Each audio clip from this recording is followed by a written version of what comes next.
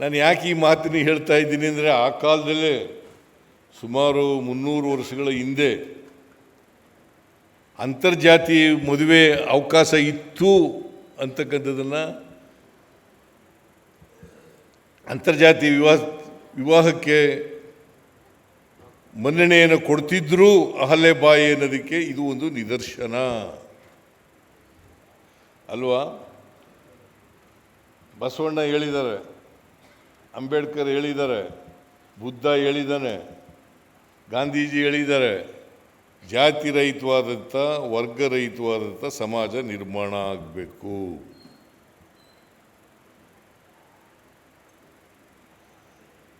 ಅದಾದಾಗ ಮಾತ್ರ ಸಮ ಸಮಾಜವನ್ನು ನಿರ್ಮಾಣ ಮಾಡಲಿಕ್ಕೆ ಸಾಧ್ಯ ಆಗ್ತದೆ. ಸಮ ಸಮಾಜ ನಿರ್ಮಾಣ ಆಗದೇನೆ ಜಾತಿ ವ್ಯವಸ್ಥೆ ಹೋಗಲಿಕ್ಕೆ ಸಾಧ್ಯ ಇಲ್ಲ, ವರ್ಗ ವ್ಯವಸ್ಥೆ ಹೋಗಲಿಕ್ಕೆ ಸಾಧ್ಯ ಇಲ್ಲ. ಹಾಗಾಗಿ ನಮ್ಮ ಸಮಾಜದಲ್ಲಿ ಇನ್ನೂ ಕೂಡ ಅಂಬೇಡ್ಕರ್ ಅವರು ಭಾಳ ಹಿಂದೆಯೇ ಎಚ್ಚರಿಸಿದರು, ಅಸಮಾನತೆಯನ್ನು ತೊಲಗಿಸಬೇಕು ಅಂತ. ಈ ಅಸಮಾನತೆ ಹೋಗದೇನೆ, ಸಮಾನತೆ ಬರದೇನೆ ಸಮಾಜದಲ್ಲಿ ಸಮ ಸಮಾಜ ನಿರ್ಮಾಣ ಮಾಡಲಿಕ್ಕೆ ಕಷ್ಟ ಆಗ್ತದೆ. ಅದಾಗಬೇಕಾದ್ರೆ ಹೆಣ್ಮಕ್ಳು ಶಿಕ್ಷಿತರಾಗಬೇಕು, ಆಮೇಲೆ ಆರ್ಥಿಕವಾಗಿ ಸಾಮಾಜಿಕವಾಗಿ ಶಕ್ತಿಯುತವಾಗಿ ಆಗಬೇಕು, ಸಬಲರಾಗಬೇಕು. ಈ ಸಬಲರಾದಾಗ ಮಾತ್ರ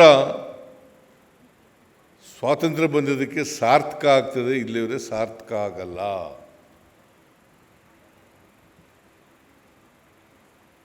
ಸ್ವಾತಂತ್ರ್ಯ 1947 ಆಗಸ್ಟ್ 15ನೇ ತಾರೀಕು ನಮಗೆ ದೇಶಕ್ಕೆ ಸ್ವಾತಂತ್ರ್ಯ ಸಿಕ್ಕಿದ್ದು. ಸಂವಿಧಾನ ಬಂದದ್ದು 1950 ಜನವರಿ 26ನೇ ತಾರೀಕು. ಆದರೆ ಇನ್ನೂ ಕೂಡ ನಮ್ಮ ಸಮಾಜದಲ್ಲಿ ಅಸಮಾನತೆ ಇದೆ. ಈ ಅಸಮಾನತೆ ಹೋಗೋವರಿಗೆ ಭಾಳ ಕಷ್ಟ ಆಗ್ತದೆ. ಅದಕ್ಕೋಸ್ಕರನೇ ನಾನು ಮುಖ್ಯಮಂತ್ರಿಯಾಗಿ 2013ರಿಂದ 2018ವರೆಗೆ ಮುಖ್ಯಮಂತ್ರಿ ಆಗಿದ್ದೆ. 2023ರಿಂದ ಇಲ್ಲಿವರೆಗೆ ಮುಖ್ಯಮಂತ್ರಿ ಆಗಿದ್ದೀನಿ. ನಾನು ಯಾವ್ಯಾವಾಗ ಅಧಿಕಾರದಲ್ಲಿ ಇದ್ದೇನೆ ಆ ಎಲ್ಲ ಕಾಲದಲ್ಲೂ ಕೂಡ ಸಮಾನತೆ ತರಲಿಕ್ಕೆ, ಸಾಮಾಜಿಕ ನ್ಯಾಯ ಕೊಡಲಿಕ್ಕೆ, ಶೋಷಿತ ವರ್ಗದವರಿಗೆ ಶಕ್ತಿ ತುಂಬಿಸಲಿಕ್ಕೆ ಪ್ರಯತ್ನವನ್ನು ಮಾಡ್ತಾ ಇದ್ದೇನೆ. ಈಗ ಭಾಳ ಜನ ಐ ಡೋಂಟ್ ನೋ ಅವ್ರಿಗೆ ಅರ್ಥ ಆಗಿದೆಯೋ ಇಲ್ಲೋ ಗೊತ್ತಿಲ್ಲ, ಅಥವಾ ರಾಜಕೀಯಕ್ಕೋಸ್ಕರ ಮಾತಾಡ್ತಾರೋ ಅಥವಾ ನಮ್ಮ ವೈರತ್ವಕ್ಕೆ ಹೋಗಿ ಮಾತಾಡ್ತಾರೋ ಏನೋ ಗೊತ್ತಿಲ್ಲ. ಈ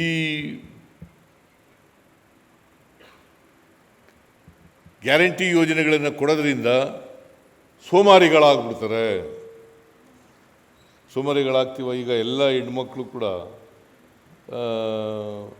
ಬಸ್ನಲ್ಲಿ ಫ್ರೀಯಾಗಿ ಓಡಾಡಿದ್ರೆ ಸೋಮಾರಿಗಳಾಗ್ಬಿಡ್ತಾರೆ. ನೀವು ಇನ್ನೂ ಆಕ್ಟಿವ್ ಆಗ್ತೀವಿ ಅಂತ ಹೇಳ್ತಾ ಇದ್ದಾರೆ ವಚನ.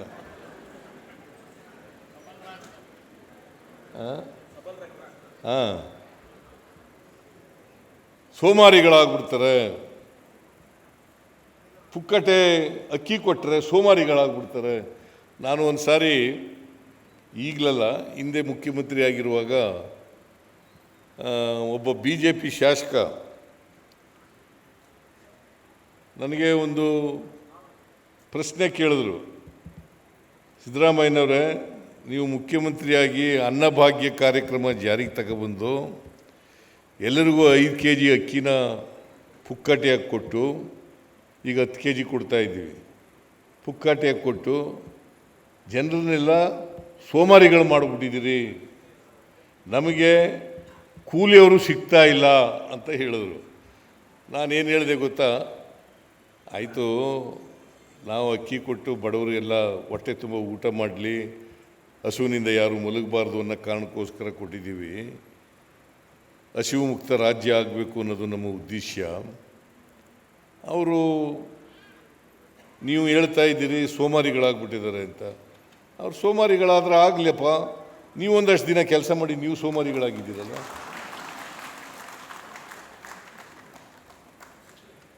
ನೀವು ಒಂದಷ್ಟು ದಿನ ಕೆಲಸ ಮಾಡಿ, ನೀವು ಸೋಮಾರಿಗಳಲ್ಲೂ ಏನು ಕೆಲಸ ಮಾಡದೆ ಕೂಲಿ ಕಾರ್ಮಿಕರ ಮೇಲೆ ಅವಲಂಬನೆಯಾಗಿ ಬದುಕ್ತಾ ಇದ್ದೀರಲ್ಲ. ನೀವು ಒಂದಷ್ಟು ದಿನ ಕೆಲಸ ಮಾಡಿರಿ ಅಂತ ಹೇಳಿದೆ ನಾನು. ಅದು ಒಂದು ದೊಡ್ಡ ಸುದ್ದಿ ಆಗ್ಬಿಡ್ತು. ನಾನು ಯಾಕೆ ಮಾಡಿದೆ ಅನ್ನಭಾಗ್ಯ ಕಾರ್ಯಕ್ರಮ ಗೊತ್ತಿಲ್ಲ, ನನ್ನ ಅನುಭವದಿಂದ ಮಾಡಿದ್ದು. ನಾನು ನಮ್ಮ ಊರಿನಲ್ಲಿ ಒಂದು 20% ಮಾತ್ರ ನೀರಾವರಿ ಜಮೀನಿದ್ದದ್ದು. 20%ಗೆ ಅವ್ರು ಮಾತ್ರ ಭತ್ತ ಬೆಳೆಯೋರು. ಅವರು ಕೂಡ ದಿನ ಅನ್ನ ಮಾಡ್ಕೊಂಡು ಉಣ್ತಿರ್ಲಿಲ್ಲ. ಈ ಭತ್ತ ಬೆಳೆದಿದ್ದವರಿದ್ದಾರಲ್ಲ, ಅವರಂತೂ ಹಬ್ಬ ಹರಿದಿನಗಳಲ್ಲಿ ಮಾತ್ರ, ನೆಂಟರುಗಳು ಬಂದಾಗ ಮಾತ್ರ ಅನ್ನ ಉಣ್ಣೋರು. ಇಲ್ಲದೆ ಹೋದರೆ ಹಿಟ್ಟು. ಉತ್ತರ ಕರ್ನಾಟಕದ ಕಡೆ ಜೋಳದ ರೊಟ್ಟಿ, ಈ ಕಡೆ ರಾಗಿ ಹಿಟ್ಟು ಅಥವಾ ಜೋಳದ ಮುದ್ದೆ, ರಾಗಿ ಮುದ್ದೆ ಅಥವಾ ಜೋಳದ ಮುದ್ದೆ ತಿನ್ನೋದು. ನಾವೆಲ್ಲ ಅನ್ನ ಉಣ್ತಿದ್ದದ್ದು ಯಾವಾಗ ಅಂತಂದರೆ ನೆಂಟರುಗಳು ಬಂದರೆ, ಇಲ್ಲ ಹಬ್ಬ ಬಂದರೆ, ಈ ಥರದ ದಿನಗಳಲ್ಲಿ ಮಾತ್ರ ಅನ್ನ ಉಣ್ತಿದ್ದೋ. ನಮ್ಮ ಮನೆಯಲ್ಲಿ ಸ್ವಲ್ಪ ಜಮೀನಿತ್ತು, ನೀರಾವರಿ ಜಮೀನಿತ್ತು. ನಮ್ಮ ಪಕ್ಕದ ಮನೆಯವರು ಅವ್ರ ಮಕ್ಕಳಿಗೆ ಬೇದಿ ಆದರೆ, ಜ್ವರ ಬಂದರೆ, ನೆಗಡಿ ಆದರೆ, ಇಂಥ ಕಾಯಿಲೆಗಳು ಬಂದರೆ ಮುದ್ದೆ ತಿನ್ಸೋಕ್ಕಾಗಲ್ಲ ಅಂಥೇಳಿ ಅನ್ನ ಕೇಳಕ್ಕೆ ಬರೋರು. ಒಂದು ತುತ್ತು ಅನ್ನಕ್ಕೆ ನಿಂತ್ಕೊಂಡಿರೋರು ಪಾಪ. ಒಂದು ತುತ್ತು ಅನ್ನ ಕೊಡ್ಬೇಕಾದ್ರೆ ನಮ್ಮವ್ವ ಗೊಣಿಕೊಂಡು ಕೊಡೋಳು ಅನ್ನನ.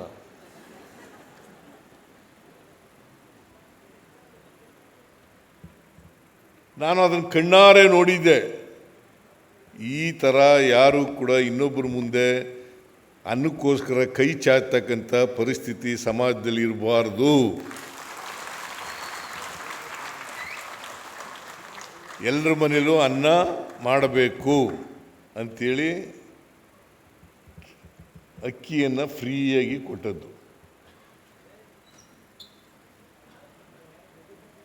ಸುಮ್ಮನೆ ಕೊಡಲಿಲ್ಲ, ಅನುಭವದ ಮೇಲೆ ಕೊಟ್ಟದ್ದು. ಅದರಿಂದ ನಾವು ತಿಳ್ಕೋಬೇಕಾಗ್ತದೆ. ಈಗ ನಾನು BSc ಓದುವಾಗ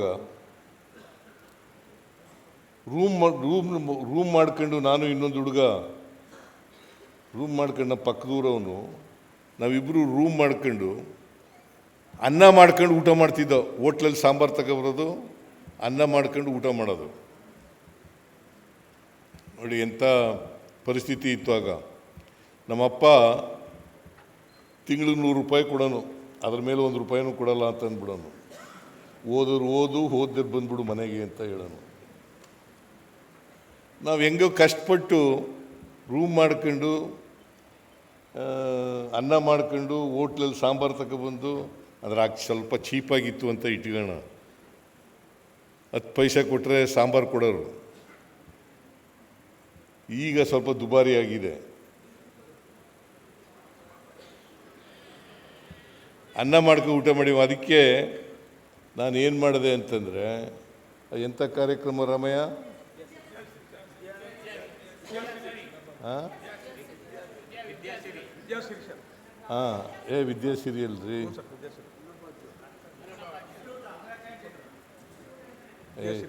ಅದು ವಿದ್ಯಾಸಿರಿ. ಅದೇ ರೂಮ್ನಲ್ಲಿ ವಿದ್ಯಾರ್ಥಿಗಳಿಗೆ ಕೊಡ್ತೀವಲ್ಲ. ಹಾಂ, 1500 ರೂಪಾಯಿ ಒಂದು ತಿಂಗಳಿಗೆ. ವಿದ್ಯಾಸಿರಿ.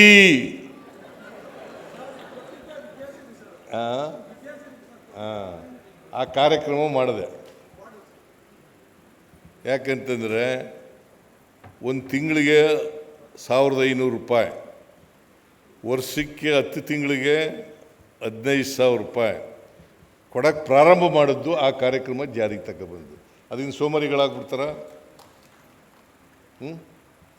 ವಿದ್ಯಾರ್ಥಿಗಳಿಗೆ ಸಹಾಯ ಮಾಡಿದ್ರೆ, ಎಜುಕೇಷನ್ ಸಹಾಯ ಮಾಡಿದ್ರೆ, ಅವ್ರಿಗೆ ಆರ್ಥಿಕ ನೆರವು ನೀಡಿದ್ರೆ ಸೋಮಾರಿಗಳಾಗಕ್ಕೆ ಸಾಧ್ಯನಾ? ಸಾಧ್ಯ ಆಗಲ್ಲ. ಈಗ ನಾವು ಮಹಿಳೆಯರಿಗೆ ಮಹಿಳಾ ಸಬಲೀಕರಣ ಆಗಲಿ ಅಂತೇಳಿ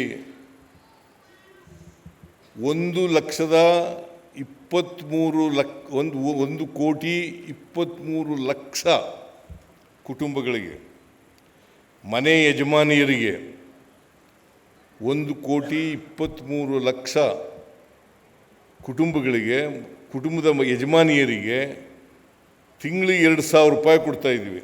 ಅದರಿಂದ ಸೋಮಾರಿಗಳಾಗ್ತಾರ? ಅದರ ಅರ್ಥ ಮಹಿಳೆಯರಿಗೂ ಕೂಡ ಸಬಲೀಕರಣ ಮಾಡಬೇಕು. ಅವರು ಆರ್ಥಿಕವಾಗಿ ಸಾಮಾಜಿಕವಾಗಿ ಶಕ್ತಿ ಬರಬೇಕು ಅವರಿಗೆ. ಆಗ ಮಾತ್ರ. ಈಗ ಪಾಪ ಹೆಣ್ಮಕ್ಳು ಕೆಲಸಕ್ಕೆ ಹೋಗ್ತಾರೆ, ಇನ್ನೆಲ್ಲಿಗೋ ದೇವಸ್ಥಾನಗಳಿಗೆ ಹೋಗ್ತಾರೆ, ಇನ್ನೆಲ್ಲಿಗೋ ಹೋಗ್ತಾರೆ.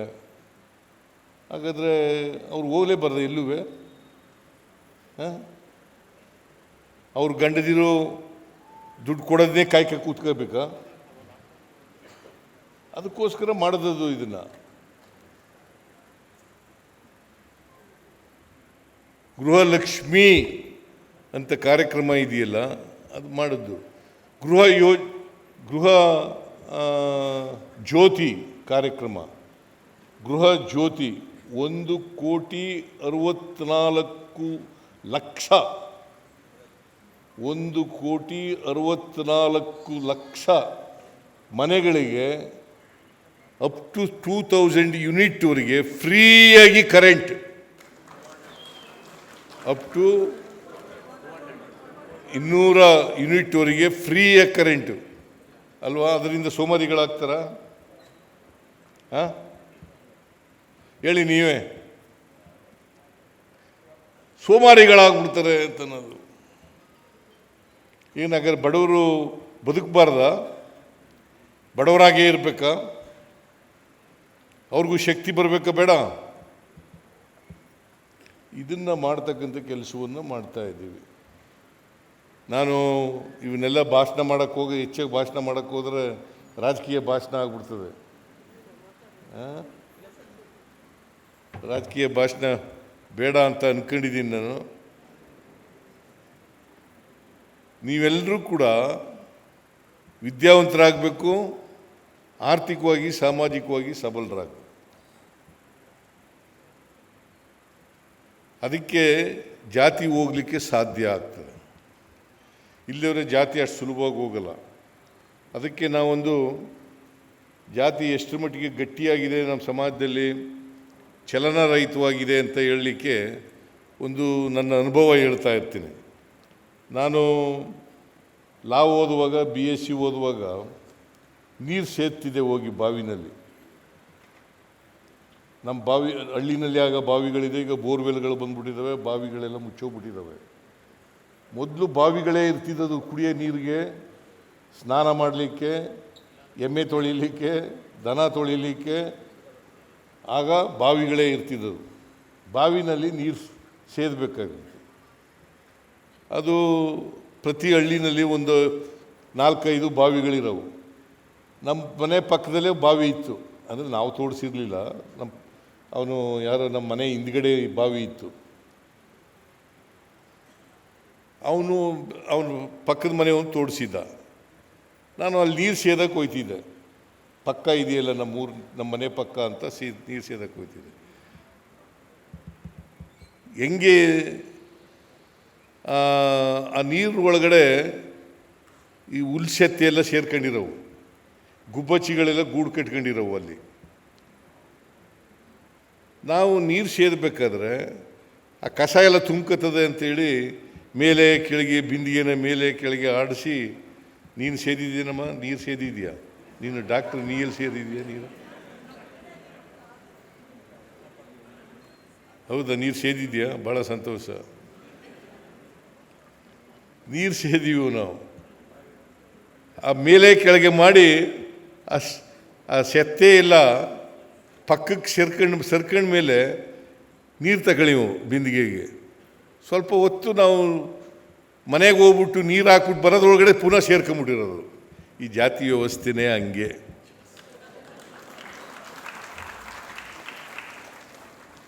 ಈಗ ಹೋಳ್ಕರ್ ಅಂತೆಯವರು, ಕನಕದಾಸ್ ಅಂತೆಯವರು, ಬಸವಣ್ಣ ಅಂತೆಯವರು, ಅಂಬೇಡ್ಕರ್ ಅಂತೆಯವರು, ಬುದ್ಧ ಅಂತೆಯವರು ಅವ್ರು ಬಂದಾಗ ಸ್ವಲ್ಪ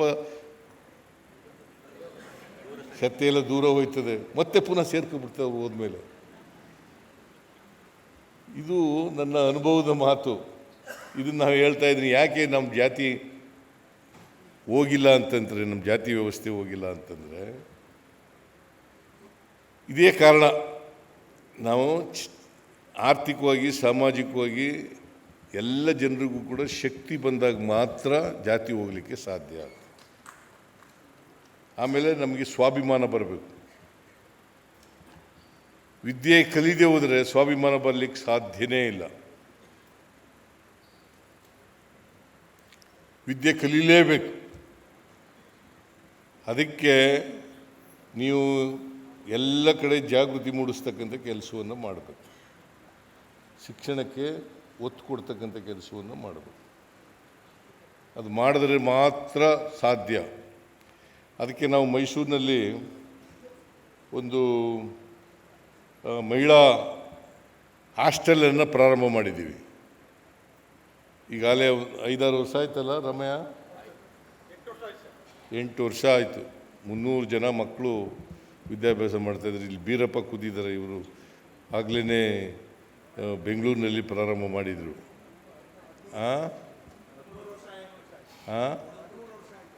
13 ವರ್ಷ ಆಯಿತು. ನಾವು ಯಾಕೆ ಮಾಡ್ತಾ ಇದ್ದೀವಿ ಅಂತಂದರೆ, ಹೆಣ್ಮಕ್ಳು ಕೂಡ ಮುಖ್ಯವಾಹಿನಿಗೆ ಬರಬೇಕು. ಅವರು ಕೂಡ ಲಿಂಗ ತಾರತಮ್ಯ ಹೋಗಬೇಕು. ಸಮಾಜದಲ್ಲಿ ಲಿಂಗ ತಾರತಮ್ಯ ಹೋಗಿ ಸಮಾನತೆ ಬರಬೇಕು.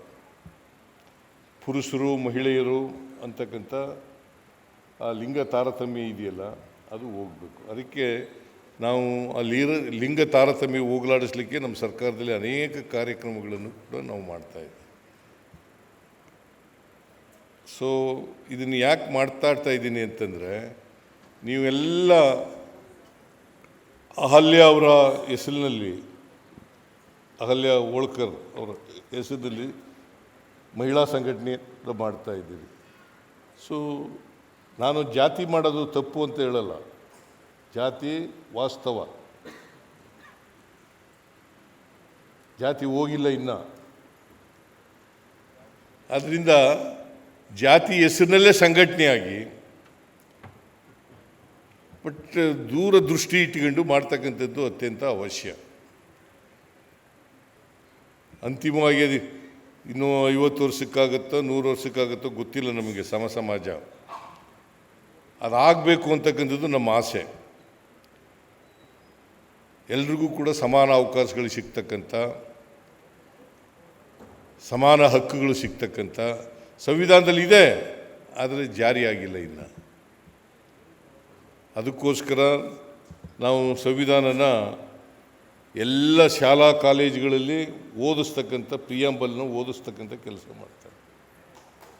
ಕಾರಣ ಯಾಕಂದರೆ ಪ್ರತಿಯೊಬ್ಬರಿಗೂ ಕೂಡ ಸಂವಿಧಾನ ಗೊತ್ತಾಗಬೇಕು. ಬಾಬಾ ಸಾಹೇಬ್ ಅಂಬೇಡ್ಕರ್ ಅವರು ಕೊಟ್ಟಿರ್ತಕ್ಕಂಥ ಸಂವಿಧಾನ ಏನು ಅಂತಕ್ಕಂಥದ್ದು ಎಲ್ರಿಗೂ ಕೂಡ ಗೊತ್ತಾಗಬೇಕು. ಆ ಕೆಲಸ ನಾವು ಮಾಡ್ತಕ್ಕಂಥ ಪ್ರಯತ್ನ ಮಾಡ್ತಾಯಿದ್ದೀವಿ. ಸೊ ಮುಂದೇನೂ ಕೂಡ ಅದನ್ನು ಮುಂದುವರಿಸ್ತಕ್ಕಂಥ ಕೆಲಸ ಮಾಡ್ತೀವಿ. ಸೊ ನಿಮ್ಮ ಮಹಿಳಾ ಸಂಘಟನೆ 25 ವರ್ಷಗಳು ತುಂಬಿಸಿರ್ತಕ್ಕಂಥ ಈ ಸಂದರ್ಭದಲ್ಲಿ ಎಲ್ರಿಗೂ ಸನ್ಮಾನ ಮಾಡಿದ್ದೀರಿ. ಭಾಳ ಜನಕ್ಕೆ ಇಲ್ಲಿ ದುಡಿದವ್ರಿಗೆ ಅವರಿಗೆಲ್ಲ ಸನ್ಮಾನ ಮಾಡಿದ್ದೀರಿ. ನಿಮ್ಮ ಉದ್ದೇಶಗಳನ್ನು ಇಟ್ಕೊಂಡಿದ್ದೀರಿ, ಧ್ಯೇಯೋದ್ದೇಶಗಳನ್ನು ಇಟ್ಕೊಂಡಿದ್ದೀರಿ. ಆ ಧ್ಯೇಯೋದ್ದೇಶಗಳನ್ನು ಈಡೇರಿಸ್ತಕ್ಕಂಥ ಪ್ರಾಮಾಣಿಕ ಪ್ರಯತ್ನ ಮಾಡಬೇಕು.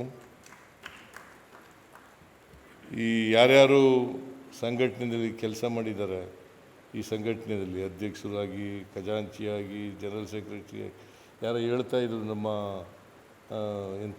ಏನಮ್ಮ ನಿನ್ನ ಹೆಸರು? 15 ವರ್ಷದಿಂದ ನಾನೇ ಖಜಾಂಚಿಯಾಗಿದ್ದೀನಿ ಅಂತ. ಅಂದರೆ ನೀನು ದುಡ್ಡು ಕಾಸೆಲ್ಲ ಚೆನ್ನಾಗಿ ನೋಡ್ಕೊತೀಯ ಅಂತ ಆಯಿತು.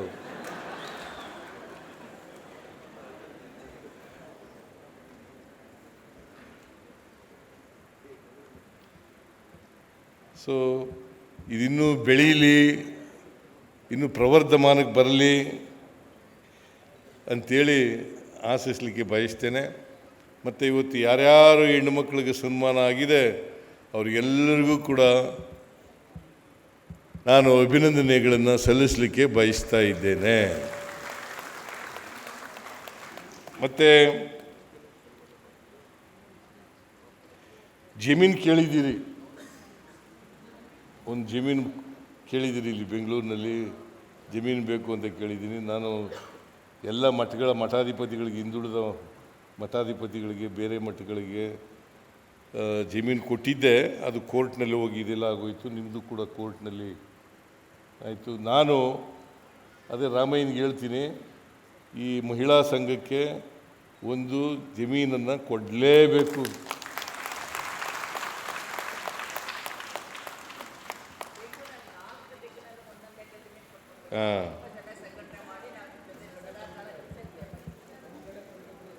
ನಿಮಗೆ ಒಂದು ಜಮೀನನ್ನು ಕೊಡೋಣ.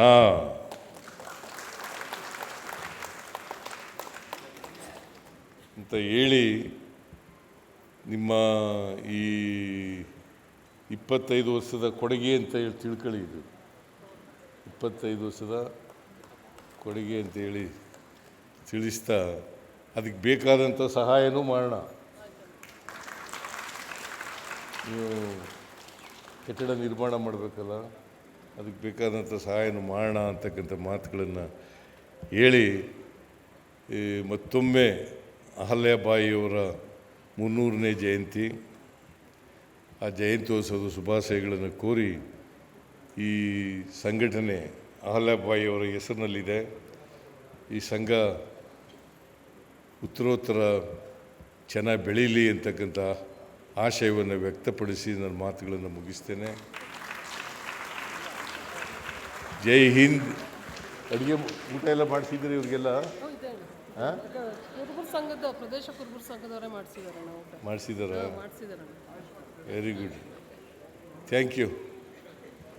ನಿಮ್ಮೆಲ್ಲರಿಗೂ ಮತ್ತೊಮ್ಮೆ ನಮಸ್ಕಾರಗಳನ್ನು ಹೇಳಿ ನನ್ನ ಮಾತನ್ನು ಮುಗಿಸ್ತೇನೆ. ಜೈ ಹಿಂದ್, ಜೈ ಕರ್ನಾಟಕ.